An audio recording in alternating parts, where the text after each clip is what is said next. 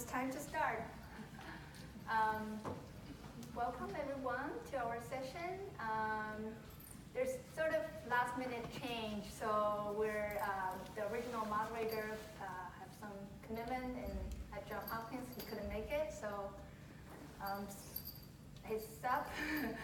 But you know, I can guarantee I'm kind of from a generalist background. I'm not one of those MDs or PhD here, but I can guarantee you there are lots of insights from our three panelists who are wearing investor hat, entrepreneur hat, cross-border, with deep expertise in both worlds.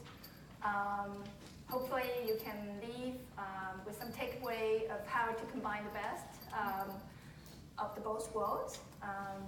So we're going to talk about the health tech innovation in China, the status, the market, and kind of the opportunities there. So these days, these are like two buzzwords. Even for a non-health professional, these are two words in Silicon Valley. You've seen a lot of returnees, folks who are trained here, scientists who are trained here, originally from China, going back to China to do startups, health tech startups. The appeal, apparently there's market size, supposedly huge numbers, depending on where you look at. So the healthcare expenditure is likely to double to 11 trillion yuan in the next 10 years. And the size of the data and population, the sheer size of the population, 1.4 billion people live in China, which is simply a large number of data for anyone in AI, that opens up a lot of imagination in what you could do. And also, China's at a point that after so many years of economic growth, people want better healthcare. They can feed themselves. They survive. After the survival stage, people want better healthcare. So, and the system is quickly changing. The healthcare system is quickly changing. Even CFDA is making some radical changes to streamline the process and make the innovation happen faster. And in general, like outside healthcare, people talk about consumer innovation being very progressive in China. Things happen 10x times, probably even compared to Silicon Valley. People are lots of driven entrepreneurs and investors there. Lots of savvy consumers there, actually, believe it or not. And also, some of the unique things about China, I mean, I'm just sharing some very generalist observation here. Some of the unique features of that market. The healthcare resource is very concentrated in big cities. We talked about this, like probably 7% of what they call AAA, the top hospitals, are handling half of all the outpatient visits in the country. So people have to travel from the rural to access better healthcare, and that opens up potentially a lot of opportunities for people in the digital health, mobile health. And also China's quickly aging.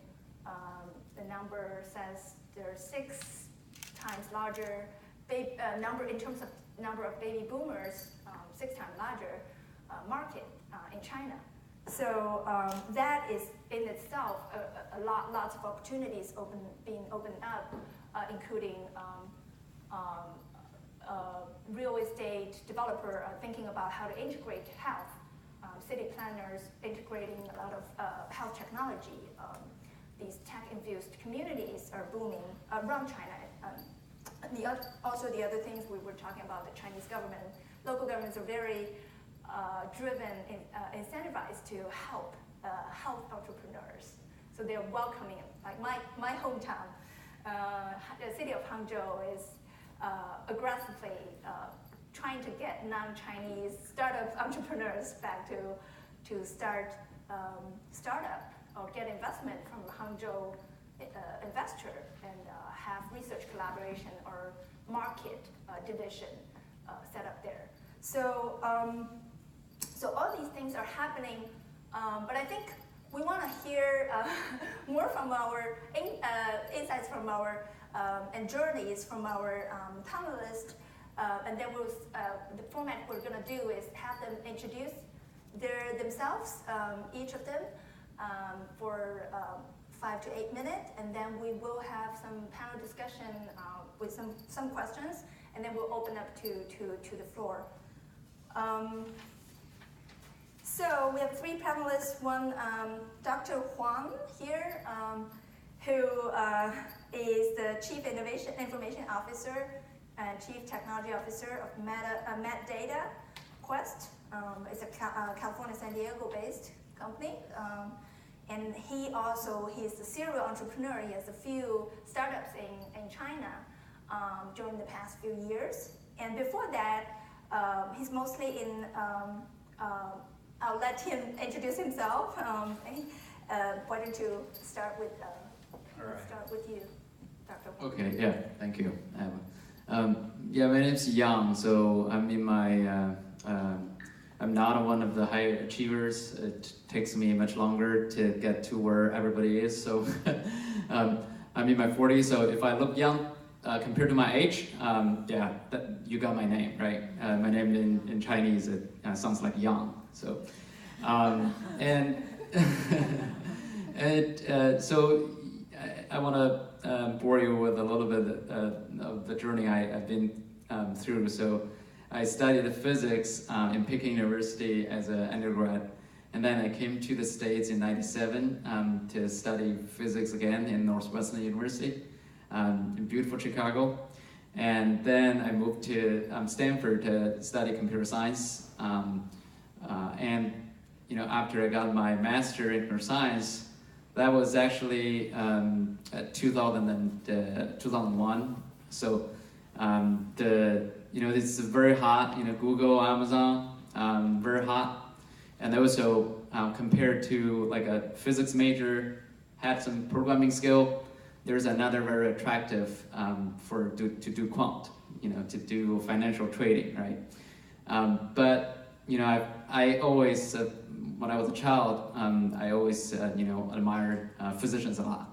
You know, medicine is fascinating to me. So I actually got an opportunity, thanks to my PhD advisor, Dr. Henry Lowe, here in Stanford Medical School.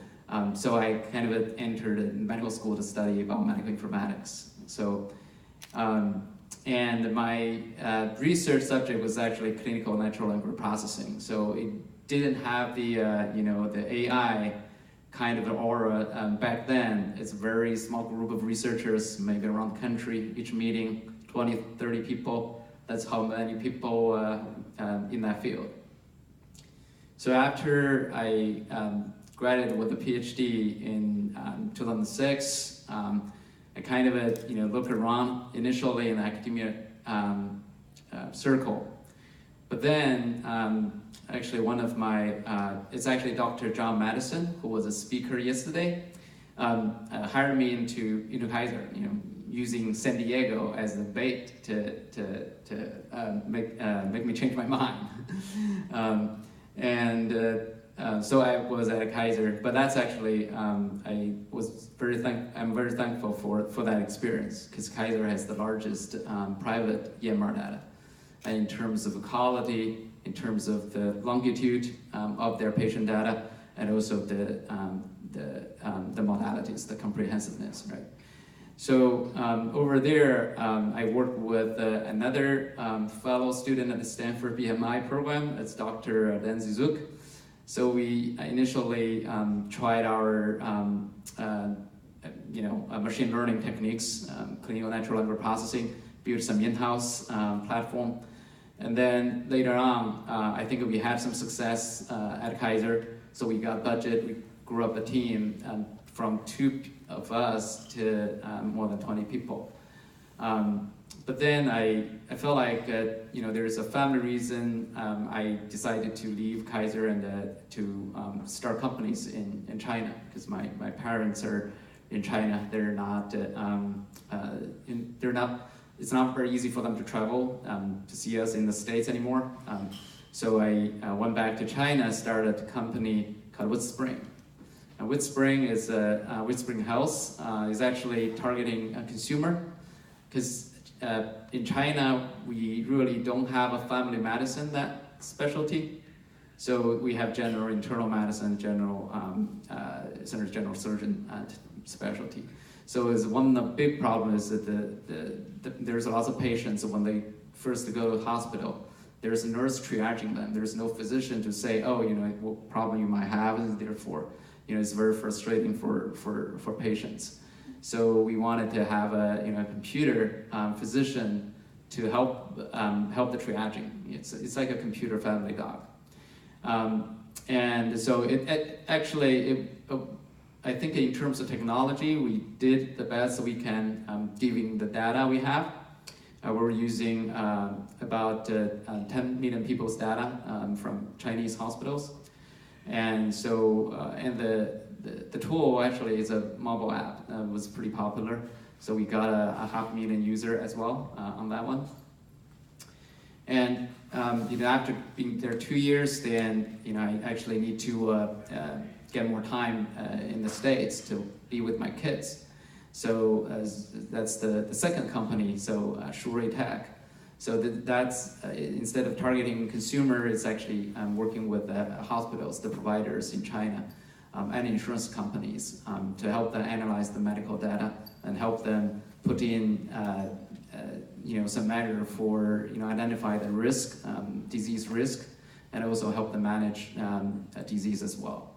And so that's where I actually merged that company with a long-time friend, Dr. Yuan Gao, and he has a company, Meditate Quest. So we merged the two companies together to do cross-border innovation. So that's a kind of my journey. And I also have a nickname, as you might have guessed. So I spent so much time in grad school. I remember there was like a oral presentation class, and everybody will talk about what they aspire to be and what their profession or career path. And it's my turn, so I just my fellow students broke out when I said how many schools I've been to, how many degree programs I've been to, and they say, well, you don't need a profession, you're a professional student. So that nickname stuck with me. And being in AI in medicine is really fascinating. So I like that nickname a lot because there's so much to learn even after school. So, and I want to thank. That's just a lot of people in the room, right? Yeah. They spend a long time at school because it's such a deep domain knowledge kind of field.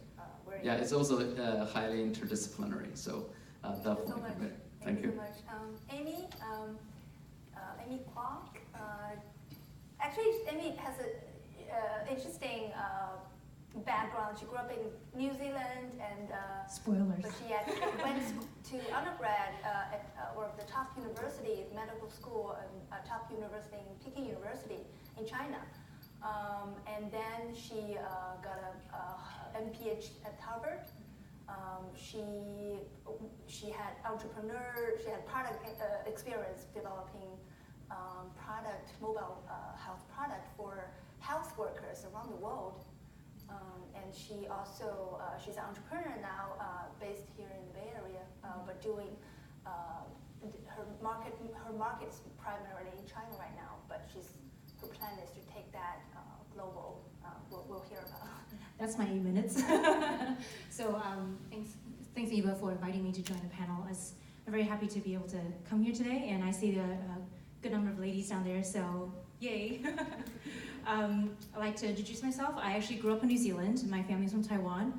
I went to med school in Beijing, and where I actually practiced in the Beijing teaching hospitals, as well as international hospitals, and a borderline countryside city borderline hospital where I was able to see a whole array of the communities in China. And so that inspired me to get outside of the hospital walls and go into the world of public health. So I went to Harvard for my master's in public health program, and before and after that, around the master's public health program, I was involved with incubating over 200 nonprofits across China in health and helping them to do more than just what they're passionate about. Most people are very passionate about impact. Then one of the tasks is how do we go around the impact and build out a whole system that is sustainable, financially sustainable in marketing and fundraising. Then after master's in public health, I had the opportunity to join a company that builds mobile diagnostic apps for developing countries. And I was the first MD and PM in that team. So I was very fortunate to go around building diagnostic or decision tree apps for village nurses, community health workers, to take around in their backpack with a solar-powered charger and a phone that they can just feature phone to smartphone, and teaching them how to press the home page to get back to, press the home button to get to home page, and going into the countryside of India to actually talk to these village nurses on how to use these apps and do design with the village nurses on spot. I almost had a chance to go to Mali in 2013. Unfortunately, Ebola broke out, so I had to stay in US. So that's a lucky escape, I guess, from that experience. But I really enjoyed working using technology to scale out health impact, and that's kind of my theme along the way, especially for children's health. The whole premise of going to medicine was that I can help children, and public health so I can help children in the community other than inside the hospitals, and having a chance to scale out technology to help benefit the next generation. It's my passion. So going to the journey of Penguin Smart, I am actually the co-founder and CEO of Penguin Smart. We are a Alchemist Accelerator-backed startup that is based in Mountain View, California, with a team that is across Silicon Valley, Taiwan, and also Beijing. And we're very fortunate to be building a system that enables AI-assisted teletherapy for child development. So right now we're starting with speech and language therapy and eventually moving into other fields. What that looks like for what we're doing is we're scaling out therapy for children. 1 in 6 children have some developmental delay globally. This is a global number. So that means in China, it's 32 million children under 12 that has developmental issues. And there are a lot of problems you can foresee. One is under-detection, the delayed detection, as well as the lack of intervention for them. So there are not enough therapists. If the only way to help these families and children is to have a therapist sitting in front of a child in the same location at the same time, there's not enough therapists to pass around the whole world for every child. So we're enabling parents, caregivers, to be the first line of defense in detection and intervention, and having therapists becoming the overseer of these interventions and these detections. So as an overseer, the model we have right now is that they are remotely supporting the families. So as the company started in 2016, and at this point we have served families across China over 17 cities, all by word of mouth, and unfortunately my lack of marketing abilities, they're all word of mouth. And so the families they see us and they say, every service I find is for my child, whether it's a daycare, whether it's a swimming class, whether it's a language training or English class for toddlers, they're all for my child. But only you guys, only Penguin Smart is a service for me to become a better parent. And that really warms my heart. A little bit more context on why we're focusing on therapy, on child development therapy. Right now in China, there is no license for developmental therapy right now so far.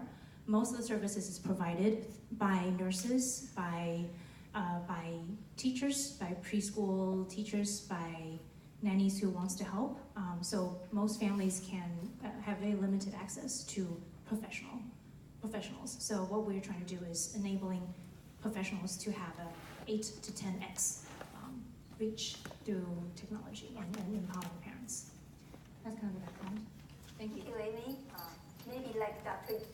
Huang, you need to move to China to do better marketing, to expand your. Next we have Dr. Shen, Zhang Shen, who is an investor, tech investor, and he's the founder of Sunnyvale-based incubator, and he's not from medical, not from medical background, but he has a PhD from computer science in the States and a degree from Tsinghua in engineering as well. But he got into health. You can tell us about your story, how you get into health, and what you see the opportunities in China as a health investor, health tech investor. Okay, thanks for Ivan's introduction. Actually, I came to US in 2000, and after I got a electrical engineering bachelor science from Tsinghua University in Beijing. So I came to Iowa State for my PhD. Then I came to the Silicon Valley in 2003 after I got PhD over there. Actually, you know, the first job in Cadence is for the VLSI chip design for EDA. So I'm a software guy coding every day for the very complicated algorithm design. So in 2006, I started my first startup. It's called NoNave with my friend and a neighbor in Stanford, Department of AA, 2 PhD over there. So the first one we failed after 6 months because, you know, all of us just engineering background. None of us have any business background. That's why even, you know, our stock share 25%, each doing the same.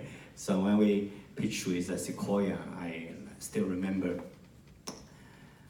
the manager asked us, okay, who will be the CEO? We told them we will serve CEO, you know, equally, like one by one. So that means we don't have any idea what is startup, you know, because all our PhDs, 4 engineers. That's give me really the deep impression, you know, in my memory. So we failed the first time. We developed a connected GPS. Even we have prototype, we still cannot get enough funding for that. So I joined the startup in 2006. I joined another startup with a Taiwanese successful entrepreneur. He's a serial entrepreneur. Actually, he sold 3 companies at the time. So that's his 4th company. So I joined as a CTO because of my engineering background. So I learned a lot. Eventually, you know, we had serious argue with the CEO, and later on I leave that company. That's another failed startup in 2006. So around 2007, I started another company, Lotus. Then later on, that company was acquired by, it's an e-commerce company. Then in 2008, I started the U3. That's an incubation and investment company. So this year is our 10th year for U3. So total, for me, sometimes most of people consider me as an investor, but actually I'm also an entrepreneur because I help a lot of scientists to realize their dream, to commercialize their technology. So that's what I did in the past 10 years. So overall, till now, to count those startups still living, right, still alive, we have about 165 companies under U3 in 8 industrial parks in China right now. So we have another investor office in Sunnyvale here. So invest across like healthcare field, AI, computer science field, also the material and energy, you know, the new innovation in material and energy science. We incubate a few startups in Stanford health department, from Harvard Health Department, also some good company in MIT. Most of company are developed by the scientists or professors in those top universities. So for what I did is to help them to form their startups, to help them to form the strategy, even form the team. So a lot of company, even like for example this one, Herbal Health, it's the founder is a scientist from Harvard University, and he's even much older than me. So I still need to serve as a chairman for him because he doesn't have any experience on how to start a business. So one time I talked with a director of the technology transforming or technology commercializing department in MIT. His name is John. So we have a very happy talk. He told me that almost more than 95% of patents or technology in MIT is just there in the paper or as a patent, even doesn't have any chance to get commercialized. So that means we still have a lot of opportunity to helping those scientists. I'll give you two successful examples here. One is 4 years ago, I incubated a technology to quickly off the insulin of type 2 diabetes. Very interesting. The founder is one of my personal doctor. He always tell me that I can treat he's in Fremont, yeah. So we know each other almost more than 13 years, but he tried to convince me to invest his technology. He said he can treat the type 2 diabetes. I don't believe at all, So because my parents doesn't have any diabetic problem. So eventually I invited one of my friends in Tsinghua. Actually, he's also an entrepreneur in Silicon Valley here. He had a type 2 diabetes. He got quickly, off the medicine and insulin around 20 days. So I think maybe it's like just a coincidence. Then I moved his technology back to China, had about 60 trials over there. That, it's very difficult. That's the first time I invest the TCM, traditional Chinese medicine. Now till today, I have already invested 4 TCM companies, which is most of them original from South Bay Area here. Interesting. So it looks like you're taking the Chinese technology, basically TCM, but based here, Yes. and back to China Yes. because of the sheer market. Yes. It doesn't seem. It seems very unconventional. Yeah, actually, most of genius, I think that they are located in Silicon Valley here, because if those persons or doctors, if they just stay in China, they just got the vision or mission to really focusing on the research, because China is too many doctors, they already involved with a lot of making money instead of doing the research. So even for TCM, traditional Chinese medicine, most of the talent or expert, they are in California here.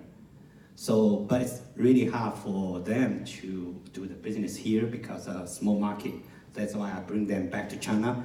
Then hopefully after 5 years, we will bring back to US, because for US, there's almost like more than 20 million people with type 2 diabetes, yeah. So we already successfully built 2 big healthcare center to quickly treat the type 2 diabetes. On average, 12 days we can off the insulin, 80% people, yeah. That's amazing technology, unbelievable. Now we also spend around 40 million RMB, which is about like $7 million to develop the long distance diagnosis for diabetes, and so we can. How are you trying to, in terms of combining the hot Silicon Valley technology, Yes. like AI, Yes. into your startups. Some of them are plant-based, and Yes. how do you? What's your plan on that? Because most of the inventor or scientist in medical school, they don't have any idea of what is computer science, what is AI, how to scale their technology, how they can treat 10,000 patients a day. That's impossible. They're just doctor. They just have technology. Oh, I know this technology, how to quickly off the insulin of type 2 diabetes. But they don't know how to treat like 10,000, 100,000 people a day. That's a technology for the internet, right? For the AI. So that's why, but because my background, also my background in education, also my background in investment, I can help them to develop. We acquire another company doing the AI solution for medical TCM. So that means that we can even for the pulse measurement, we use AI pulse measurement. So we just borrow the idea, knowledge, right? The deep knowledge of this inventor's deep knowledge integrate into the hardware in the pulse detector, and also for the the acupuncture, we use automatic needle to replace acupuncture. So we have this kind of AI-driven hardware to quickly help the technology scale. Yeah, that's overall my idea. Also, we invite the professors in Stanford Health Medical School to diagnose, to analyze what is exactly the working algorithm under this mysterious recipe, right? So that's they can publish a paper in Science or Nature that actually also help us to do the marketing because in China. You're working with the lab here to back up your TCM Exactly. therapies that's already. Yes, because all the people in China, they believe the results in Science or Nature. Doesn't matter, sometimes as long as you can publish paper in Science or Nature or even in Cell, they know that's science, right? They believe it. That can help you to broadcast, your business in China. So I think we have, we need to go into our discussion. Sure, sorry about it. Getting too much detail, yeah. How to combine the sort of the strength of two worlds, the market and the research here. I want to ask our panelists, we have some quick questions about how, as you guys are becoming cross-border entrepreneur, you're spending a lot of time in China, traveling or doing the marketing and operation there. What's unique? I mean, we're starting from the basic. What's unique? What surprised you or shocked you even about that market? Either with the speed of innovation, or status of the innovation, health innovation, or consumers, or the institutional environment, the regulatory environment, or the environment you need to work in. Yeah. What should we start from, Dr. Wang? Well, actually, initially I kind of a little bit hesitant to kind of do startup in China. I remember when I first went to Hangzhou to essentially do some checking or scouting. I was hesitant because the traffic is really bad and the city huge compared to San Diego or Silicon Valley. And so, but then, just about at the time, they actually, they started to, the Didi, it's like the Uber, right?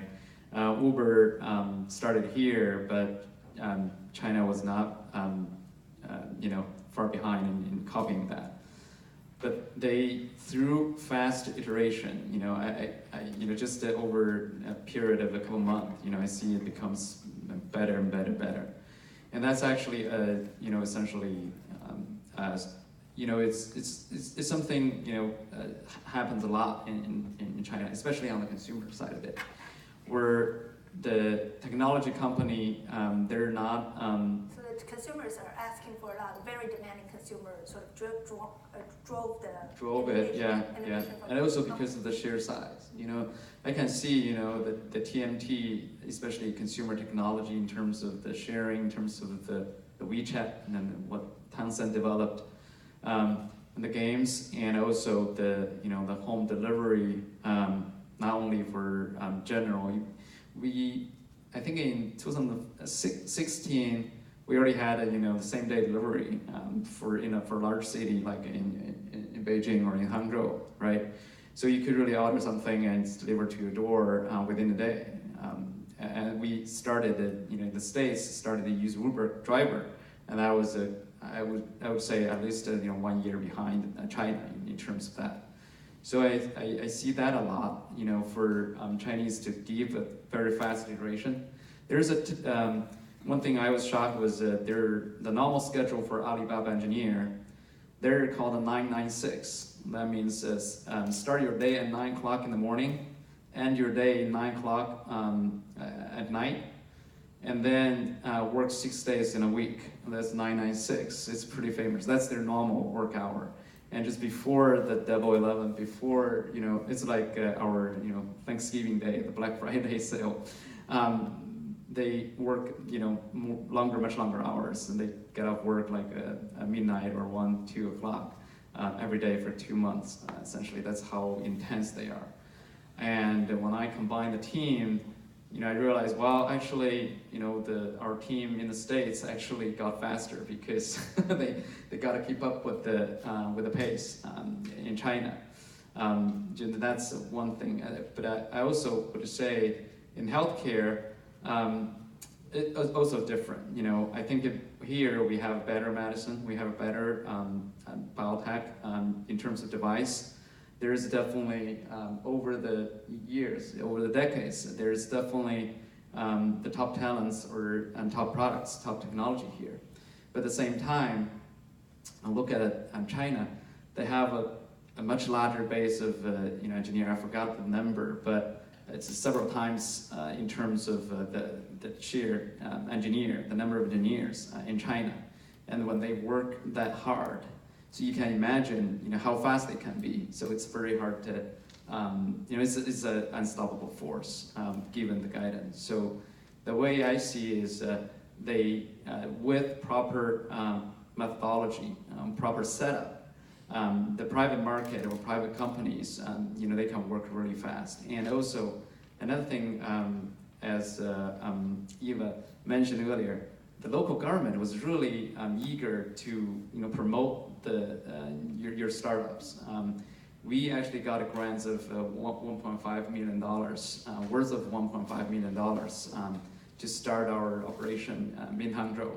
And that's actually, I know quite a number of similar startups that got the funding there. And the local government could hook you up with the local market, or try to introduce you to the local clients, etc. So that's actually helps the startup a lot.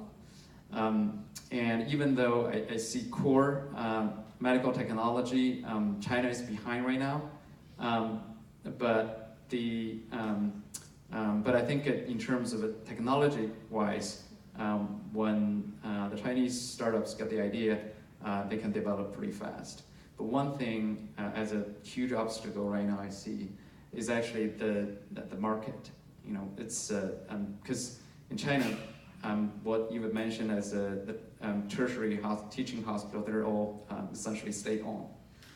In that case, they're so dominant. So not market-based. Right, it's not market-based. So we launched something like a healthcare reform, similar to Obamacare, to try to reduce costs and enhance the reportability or measure the quality of care. But results were mixed, simply because, well, those huge hospitals, they are almost a monopoly on the resource and also on the patients coming in. So therefore, it's very hard to crack that. So lots of innovation happens on the more working with patients, etc. And also the non-hospital, we're talking about breaking into the hospital system is difficult because it's a monopoly and sometimes get very political. But Dr. Shen had mentioned earlier, I think, with discovering opportunities outside the hospital system for health, what they call big health, the holistic health, and a lot of other health-related opportunities for entrepreneurs or investors. Can you talk a little bit about that? Yes, yeah. Basically, that's not only just for medicine. We're also doing, we call it big healthcare in China. Basically, we cooperate with the city government. Okay, mainly we talk with the decision maker in city like in Huzhou, Hangzhou, Hainan. We work with, like in my last business trip, I talked with a few mayors over there. We talk about the whole city healthcare solution. So we integrate our smart healthcare program into the whole city. Most of city have more than 5 million people. You know, there's a huge city like in Nanjing. So that's a great opportunity to combine with other technologies like clean tech, clean tech, also other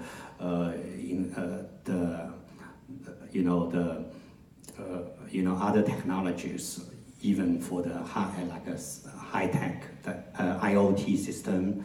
So it's combined as a whole solution to integrate our smart healthcare program into the entire city. That's the way we work with many cities right now in China. Yeah. Yeah, I'd like to say a little bit. So I think one of the things that I appreciate the opportunity in China right now is that there is such a gap in the demand of access, demand of technology, demand of convenience on a day-to-day life. But the healthcare system is still very much stuck in the 30 years behind in terms of the payment structure, in terms of the flow, and as the society improve, as society grow in its familiarity with technology, people are fed up with lining up at 4 a.m. in the morning trying to get into a hospital. People are fed up lining 5 different lines to pay things, to register, to pick up medication. People are fed up with that. So there's a huge opportunity to disrupt that because people are ready for it. And I think that's one of the opportunities that we see for us to provide services outside of the hospital. The main driver really is from the consumer, really is from the patients that's asking for the service. And so having the demand driven up already, having really good data to back up that what we're providing works, then there's these partners who are outside of the system. Like they're not the big hospitals that come up with paper, but there are people who want to be in this space.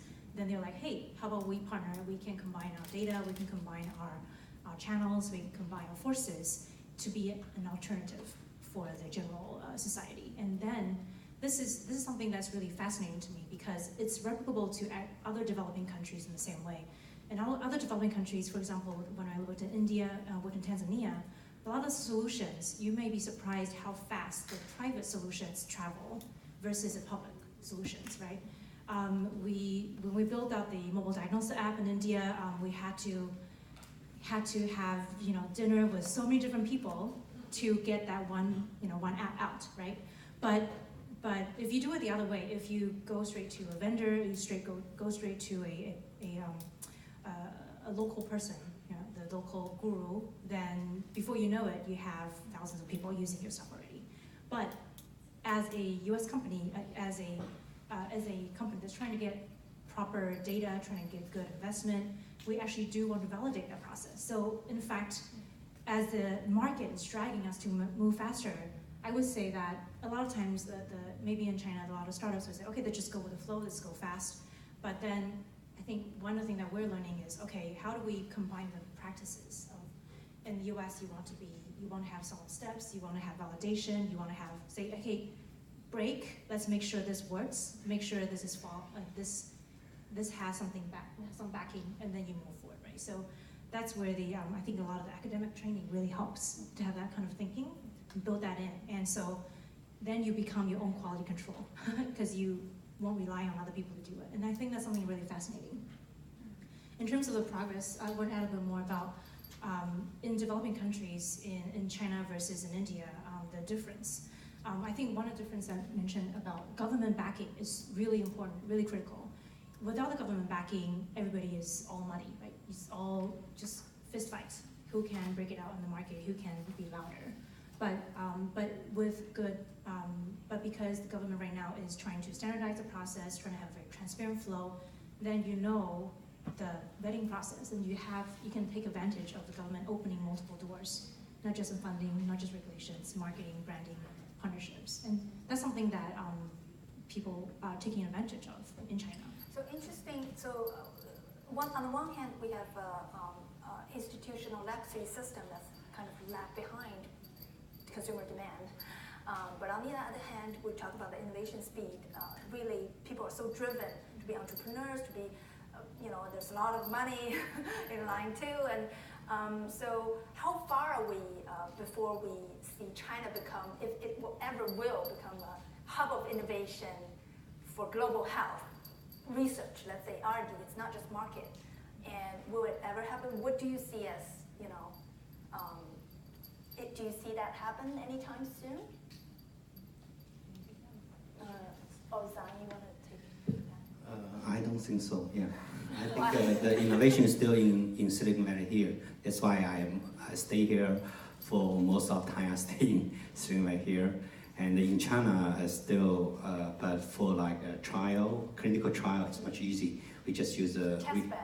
Yes, yeah. In my WeChat, we have many trials for different disease, Parkinson, Alzheimer, and ALS. Like the last 2 months, I got 140 free treatment for ALS. We got a very giant progress on ALS disease. So we have an announcement in June 21st in the United Nations headquarters in New York. Yeah, we have the press conference on those achievements, because that's in China. Only 2 months, we got 140. So that's almost impossible in US. But that's the way, how we combine the clinical trials. It's much, much easier. Within just a few days, you can get it, yeah.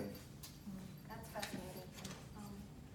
In terms of innovation for global health, I think China is taking on more of a bigger role in the global aid services, right? They're increasing their quota and budget and bringing on influence, especially One Belt One Road. There are more things that they're willing to export. And so I think healthcare, they want to be able to do that. I feel like there's something, but as we mentioned, institutionally, the system, although the technology may have improved, the actual skills may have improved, but the whole system of how a service provided as a provider, as a doctor in the big hospitals, I know how humble I feel in the big system. Very overwhelming, swamped by patients, swamped by the lack of resources, right? Just the demand. So to be able to be an expert for innovation, I think there needs to be more. You need more space, I think, as an innovator within China, to need more space to be able to then say, okay, we can export it out comfortably. Right?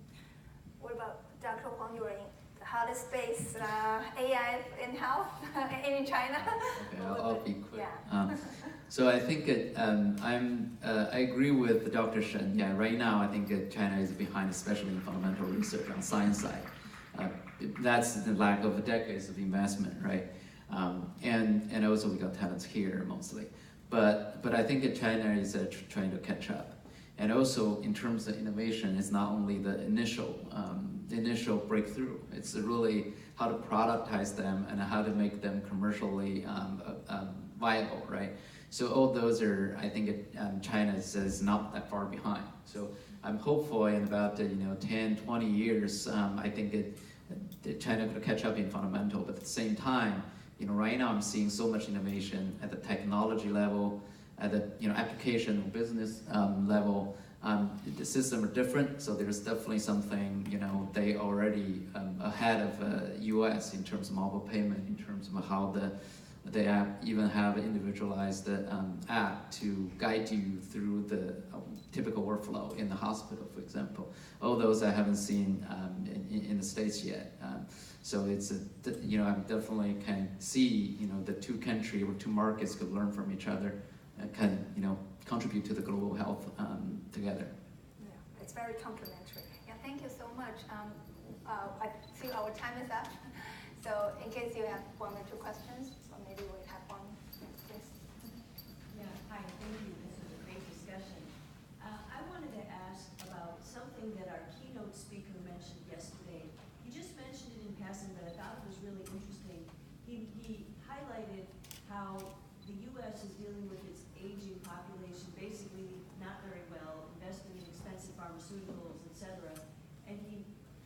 referred to the fact that China has already figured out they've got to do it differently. So I wondered, what is your perspective on how China is thinking about its aging population situation, and what can we learn from them? All right, can I take this one? A great question. So I think it's actually a curse, also a blessing as well. So as you mentioned, and the Chinese government early on figured out that they don't have the resource the U.S. government has, right? So, and also the aging problem, even though it's actually several times bigger than the States, because we have a single child policy. So in terms of the next decade or 2 decades, it's going to come. They're on their own. Right, exactly. So, but at the same time, we actually going to start interestingly, we actually, this one, we got the idea from actually the Chinese, the China market, and we actually wanted to set up a program in the States, actually, working on. The reason the government, coming back to your question, the government really now emphasize the preventive. They know it's not gonna, they cannot rely on those big AAA hospital, very expensive, and also the accessibility is very limited. So they push for tertiary care as well. So they, before you get a cold, you go to the bigger hospital because you're afraid. Your community doc. There's no community doctor, right? No family doctor. Right now, the government is investing heavily to train and also set up community clinics. In Hangzhou, it's really convenient. When you walk at several hundred feet, and you can get to a community hospital. They can prescribe your what's being basic and necessary, right? So, and paired with AI technology to enhance the quality of their diagnosis, the quality of the treatment plan. I think that's a scalable.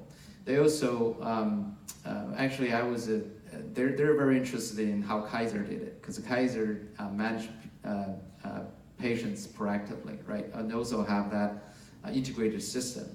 So this is actually another, Chinese government actually took keen interest in how the population gets managed.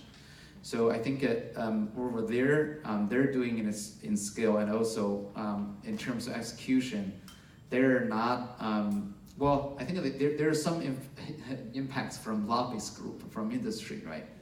But compared to US, I think the Chinese government definitely have less constraints, right? They have more execution power, yeah. So. Yeah. It's a very top-down system, so they. Any other questions? Or do you want to add to that one? Yeah, let's take that. I was just sort of curious, because the population is so big, what are opportunities in terms of sort of lifestyle? I mean, given that the long work hours and air quality is bad in the cities and things like that, are you looking at possible health intervention center opportunities there? All right. More consumer related. Yeah, lifestyle is actually really interesting. We see more of the innovation in terms of lifestyle happening for the elderly, for sure, in terms of post-retirement, but they don't package it as a health thing. They package it as a enrichment. They package it as a because I have the money and time so I can do it type of model. And so that's from health, from aging population. But for the other one is that we see an increase in emphasis on quality for children. So the parents spend a lot of money trying to make sure their kids are now holistic in terms of their lifestyles, and all sorts of enrichment programs. And that's something that's really fascinating. People tend to spend less money on themselves, the working population, because of long work hours, but they do, the money actually do go to the retired population and the young children. So that's something that's fascinating. Actually, if you go to first-tier cities, like the quality of life, I think not so much different. I mean, of course, you have more congested traffic and worse air, but if you have money in your pocket, you actually get access to all kind of service. healthcare service or well-being service you have here. Dr. Shen, you want to add to that? Agent or do you? Oh, yeah. Sorry. Yes, Sorry. Thank you so much for